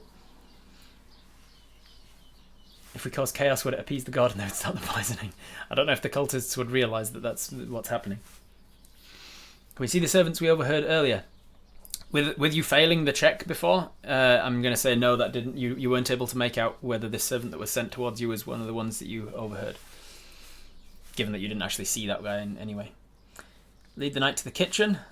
Get to the stew, ballroom, kitchen, ballroom. Alright, so we are going to just scream loudly. Alright, I'm going to put it to a poll. It seems like either kitchen or ballroom are the two things that are coming up a lot. If you get to the kitchen, the danger is that the cook is there and will see you and try and kill you and eat you. The benefit is you can tip over the stew and ruin it, and like maybe then they have to turn to plan B of not assassinating the dignitary. The benefit of going to the ballroom is that you get to see Siobhan potentially, but the risk is at that point you've fucked up the entire. Like you've definitely definitely failed to achieve your entire singular goal of do not let the ambassador notice any disruption to this party. Oh, ambassador, you spoilers with these Ferrero Rocher. If we get killed, do we return to a non-goat form? You've no idea. There's a risk. There's a risk you can take. If you get killed, you just die. You shouldn't be a goat. The spell you were trying was outside of the realm of normal polymorph, so you don't know how it works. Maybe it's just straight up polymorphed you properly and like actual polymorphed you permanently.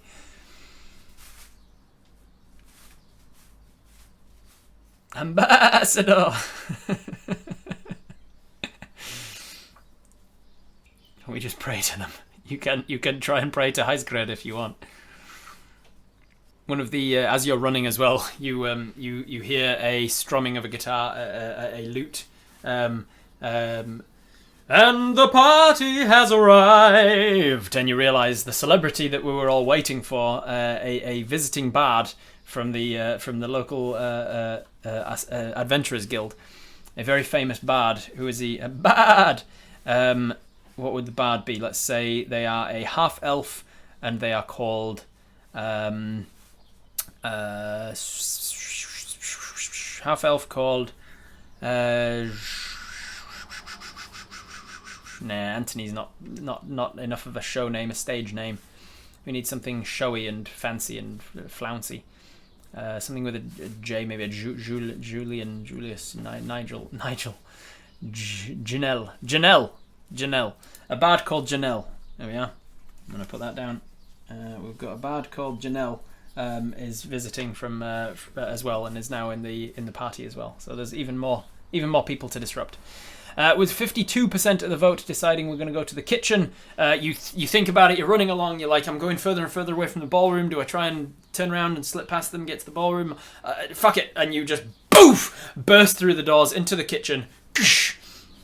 There is a shriek and a loud noise, and definitely loud chaos is happening, and so that's another dice to your chaos pool.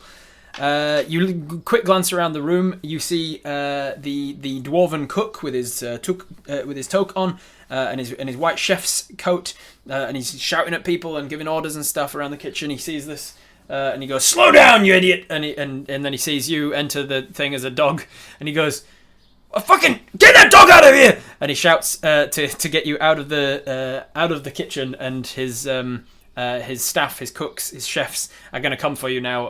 And you look around, you see on the fire in the center of one of the walls a large pot of stew that one of the sous chefs is currently stirring. Blame this cultist for the goat transformation. You could, yes. Does that goat bounce off the wall thing on the pot that the stew as we run? So run, and then boof, bounce off of the pot. Try and knock it over.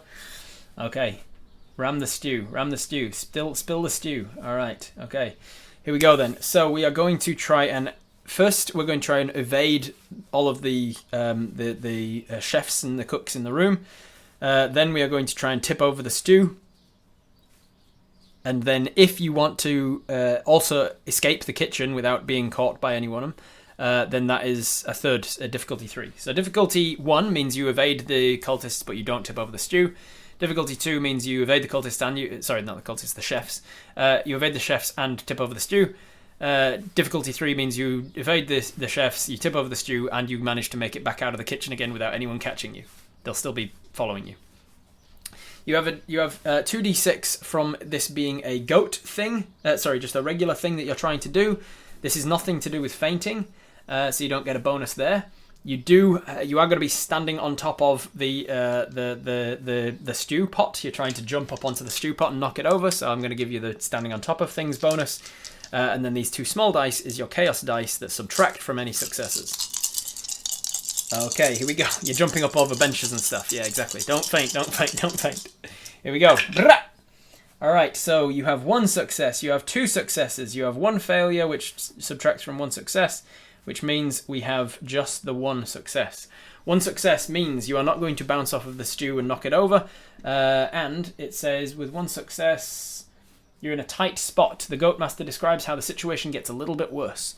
I think that's pretty clear. The situation gets worse because as you are running past people and ducking down and jumping up onto benches and putting your hooves in stuff, you're ruining the dinner. You're completely causing chaos and such. So we're going to add a 3rd chaos dice to the chaos pool. And then it gets worse because Hank is still chasing you, and poof, bursting into the kitchen. "Stop the demon!" And he shouts, "Stop the demon!" And he starts to rush towards you with his sword out. The chefs you have managed to avoid have not caught you though. You've bounced off the stew. It was a much heavier pot of stew, so it kind of like bloop, bloop, bloop, and some of it spills out onto the fire. But you've not ruined the stew. Okay. How can things get worse? Chat, hold my beer. Alright, so you're trying to jump out of the way so that Hank knocks over the stew as he charges for you. Okay, that could work. You could now use the party hard, which would add those 3 dice to your actual success and reduce the chaos pool down to 0. You only get to do that once per turn, once per game. but we are running low on time, so if it might be the time to use it, or you might want to create more chaos, hopefully not die, and then grab the chaos pool when it's even higher. Get one of your feet into the stew. Two main options are death by sword or goat curry. Yeah. Use the chaos to move erratically and kick the pot over and get out of the door. You can if you want. Alright, so I am going to put to a poll so we can get a definitive answer. Party hard. Party hard, for those who missed it when I explained the rules of this game earlier, is that once per game you can choose to just throw caution to the wind, go absolute chaos with it, party hard. Instead of the chaos pools working against you, the chaos pool now works for you. You take all of the dice from the pool, you reduce the chaos pool down to 0 again, and then you roll all of them and see how many successes you can get. So party hard, yes or no? Alright, you got 1 minute to decide, starting now. I will say as well, as you notice, the servant that the mayor sent to find you, he burst into the room as well, and in all the chaos, with your peripheral vision, you can almost see behind you as he bursts into the room as you're running for the pot. Goats can see like 330 degrees vision, which is pretty amazing. They've just got one blind spot like right behind their head, but they can see pretty much everything else. You dive and you pronk and you jump in, and you see him enter the room, and you see that on his uniform is pinned a little two bone dice, little knuckle dice on his uniform. So you know that he is one of the cultists that is going to try and murder the Ambassador James. We've got a knight, and we've got one of his natural enemies, a pot of boiling liquid. I'd rather ruin the party and have the dignitary live than let the party be peaceful and he dies. That is fair. Alright, 91%. A close to unanimous decision. 32 of you voting yes and only 3 people voting no. Pronking has to be one of the cutest ways of moving. It really is, yeah. I used to work at a zoo with the springboks, and just watching them pronk around is pretty amazing. You absolutely, definitively are going to party hard. And your partying hard means you're going to grab the 3 dice into your pool. But what is it that you're trying to do when you're partying hard? You're trying to get you're trying to get Hank to knock over the stew and then also escape. Is that the idea? It's not like rolling normally has worked for us that far. No. What's the plan? What are you hoping the outcome will be? Going to get Hank to ruin the stew and then escape. Okay. So. And you're also going to try not to faint under all this commotion. Trip the dice servant into the stew? Ooh, okay, yeah, okay, this is going to be difficult. Alright, so you get 2 from regular being a goat. You get 2 from jumping on top of things as you're running around, trying to evade people. And, I'm going to say, under all this commotion, you can feel yourself fainting, and you're going to try and faint in the direction of the dice guy, so that you fall over and he trips over you, trips over your fainted body and into the stew. I'm going to give you another 2 dice for your pool. All right, so you're rolling 6d6 here, and you're rolling 3 more from the chaos pool. So we've got 9d6, and we need the successes to be 4 or more. So 1 success. Let's see what all this means. 1 success means you trip over the cultist guy, and very little else. 2 successes means you trip the cultist into the stew, and so the cultist is down and the stew is ruined. 3 successes means you trip the guy into the stew and you manage to escape the room without getting caught by the chef or the knight that are both actively looking for you.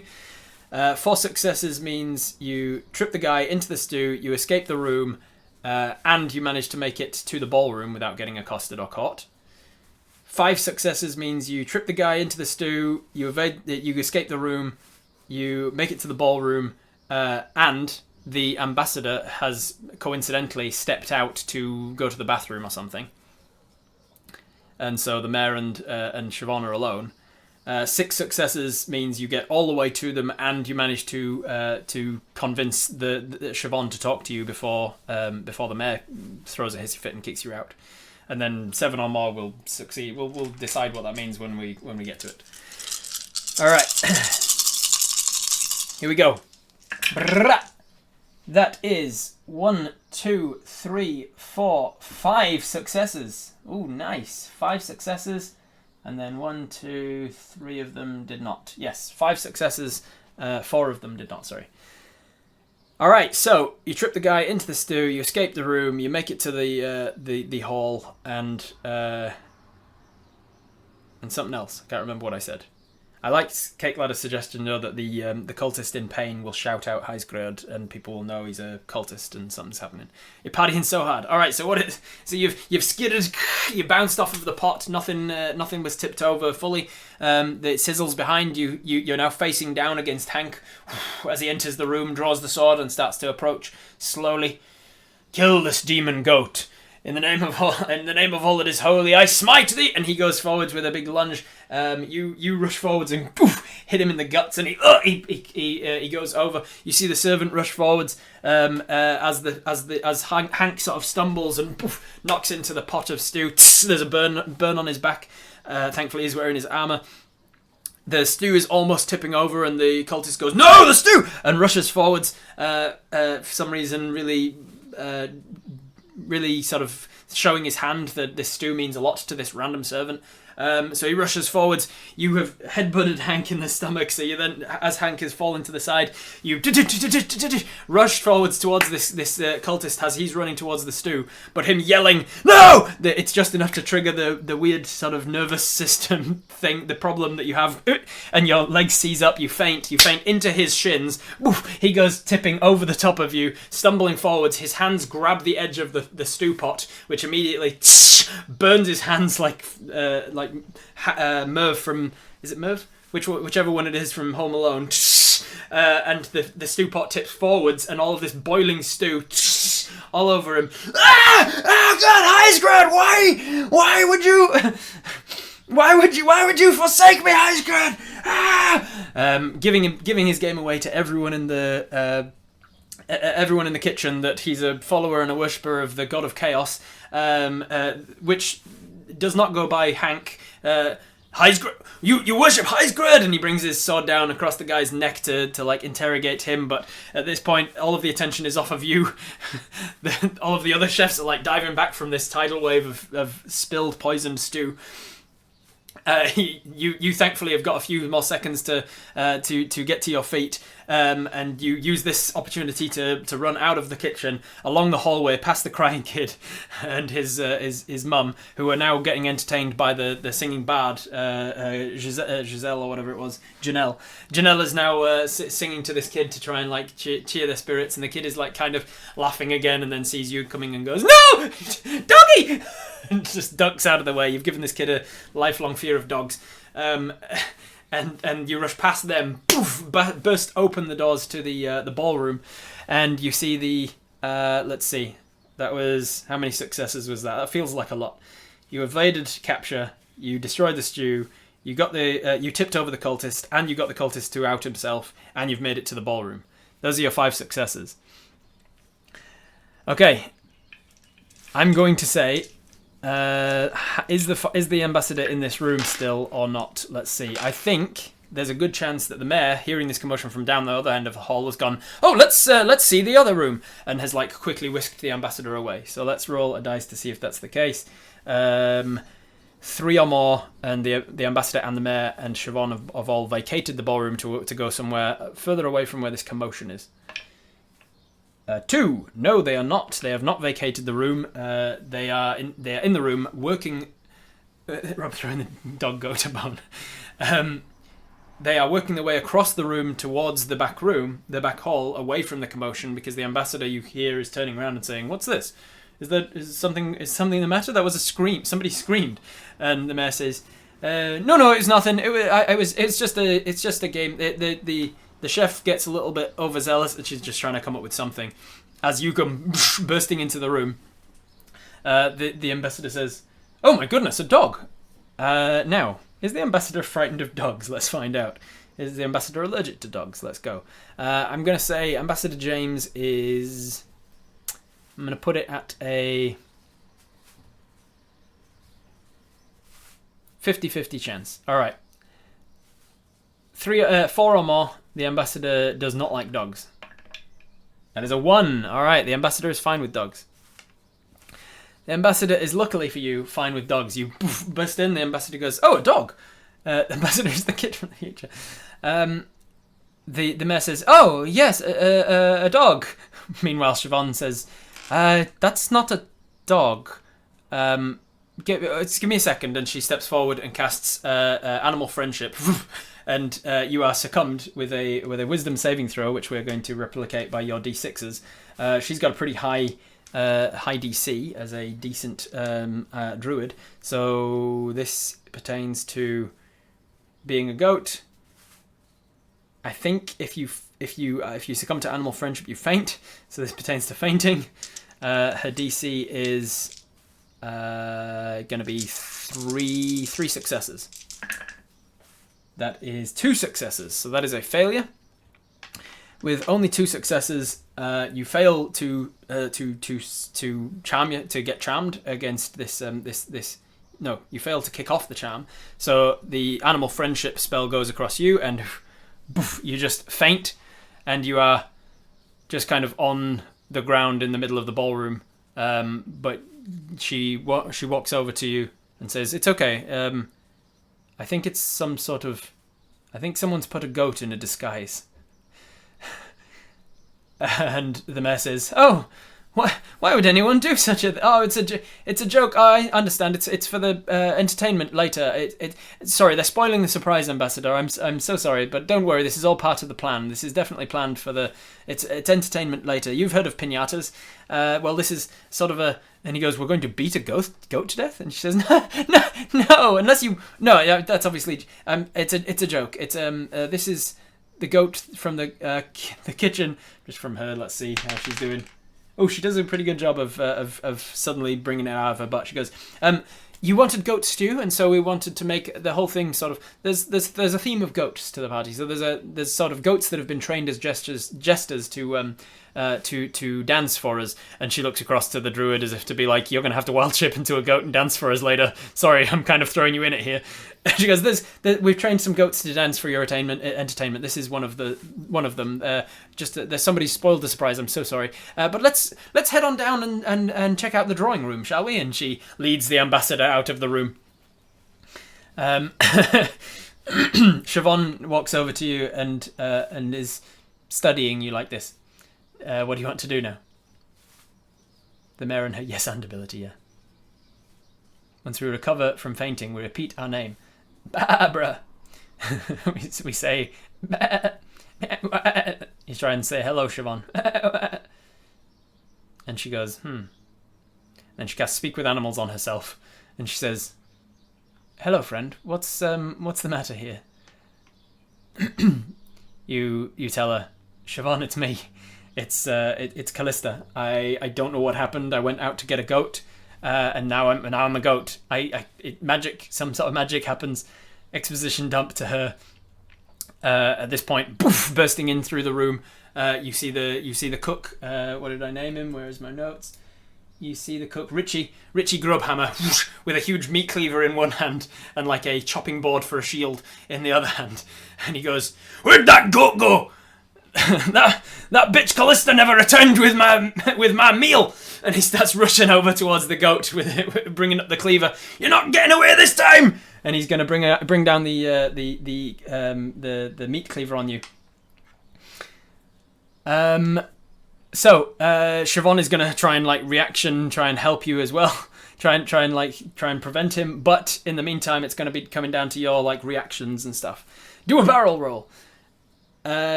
So you have got 2 from being yourself.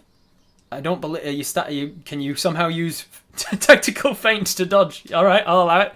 2 from fainting to dodge, duck out of the way of it by fainting to the side.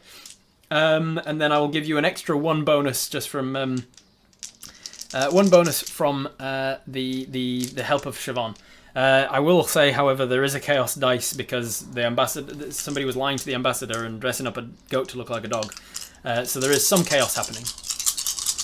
and dodging his attack. He's pretty good with a meat cleaver and a chopping board shield. So it's going to be what's going to be difficult here. I'm going to say you need 3 successes to dodge him entirely. Alright, that is 1 success. That is 2 successes. The Chaos Dice was not a failure, so it's not subtracted from, but 2 is not 3. So you bring the difficulty down to a 1 in order to evade him entirely, but he does manage to clip across you. You take some damage, but you do manage to avoid him for now. And Siobhan comes out with some sort of like sparkles in his face, some sort of green leaves conjured out of nothing, and just kind of throws him off a little bit with his aim. And then she says, "Don't hit her! This is Callista." And he goes, "What? Callista wants to be in my stew. I mean, I'm not going to say no." And he goes for you attack again because you didn't defeat the difficulty. It's still a difficulty of 1 now. You have fainted to the side. So your fainting is done, I'm pretty sure. So this is just the Chaos, you, and then Siobhan's help. That's right. And you need a 1. That is 1 success, but 1 failure from him takes you down to a 0 as well because of the Chaos. So with 0 happens, you are in trouble and you need help from other people, it seems. So as the cleaver comes, whoosh, don't eat me, I taste bad.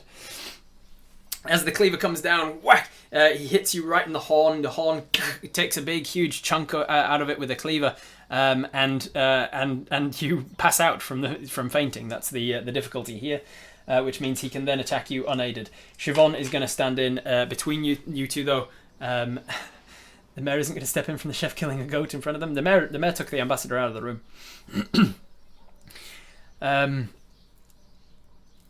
Did the exposition dump include hearing that the soup was poisoned by cultists? If not, shout that to her. You fall over.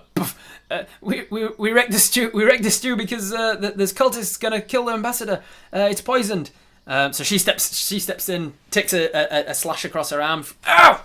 God damn it, Richie! And then as a druid casts Cure Wounds on herself. There's more going on. The stew was poisoned. The stew was poisoned, and he goes, "What? You insulting my dinner?" And she says, "No, Callista just told me that there's cultists around."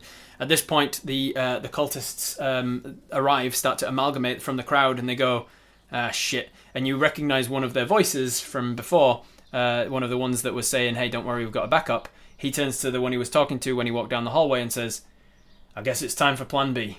And then they all draw daggers, and as one, they rush towards you. You stand to your feet with your goat horns, and now Richie turns around, fighting alongside you with his shield and his cleaver. Siobhan steps forward and casts verdant armor. She's got this like plant material. She like conjures the wood from the floorboards and grabs some holly. There we go. She grabs some of the holly that she was casting before and casts verdant armor. So she's now got this like spiky holly armor with berries all over it. And the 3 of you sort of charge in as you tackle the cultists that are attacking you. And with the last roll of the game, let's see if you are successful or if you fail. Charging them down. You are going to be... I'll tell you what we'll do as well. Richie runs in and then he puts his shield up and you jump up onto his shield and then bounce from there. So you're going to get a 2 from your goat, a 2 from jumping on top of something. How can we use the fainting in some way? I think Siobhan is going to like do some druidic nature magic to manipulate the gravity in the area and like bring you down even harder. So you jump up, you faint in the air, and then you just become like this boulder to smash into them and just scatter them like 10-pin bowling. You faint in midair, and then she brings you down with changing the gravity. So we're going to roll 6d6 minus 1 red one from the chaos. I'm going to say 2 red ones, two cultist chaos dice. Here we go. We've got 1 success, 2 success, 3 success, 4 success, and only 1 failure, taking it down to 3. 3 successes. You smash down, hit 3 of the cultists, just break their necks just from the goat landing on top of them with great force. And then Siobhan runs in and like entangles them with vines, and Richie comes across and just whack, just cleavers through one of their armor and poof, knocks them against one of the walls. Hank at this point has dealt with the cultist from the kitchen and runs in and says, "I have news! Apparently there's cultists with an assassination." "Oh, you're all over it, okay." And then he joins the fight and just starts hacking at these cultists and taking them out. And at this point, the door just opens to the other side of the hall, and the mayor is just standing there completely white-faced, just like looking at this entire, just as she comes in. It's kind of that scene from Community where somebody's just batting at something that's on fire. The holly streamers across the room have now caught fire somehow. The giant Christmas tree in the corner is just falls over and takes, like, Hank is kind of knocked to one knee, and a cultist is standing over him with a poisoned dagger, and he's going down for the kill, and then this tree just like BAM just takes him out. And the mayor's just like the bard is singing, just singing in the background. And the ambassador walks in and goes, "This is how you run a town, is it, Tina?" And she goes, "All part of the entertainment. Happy holidays." And with that, we will end the one shot.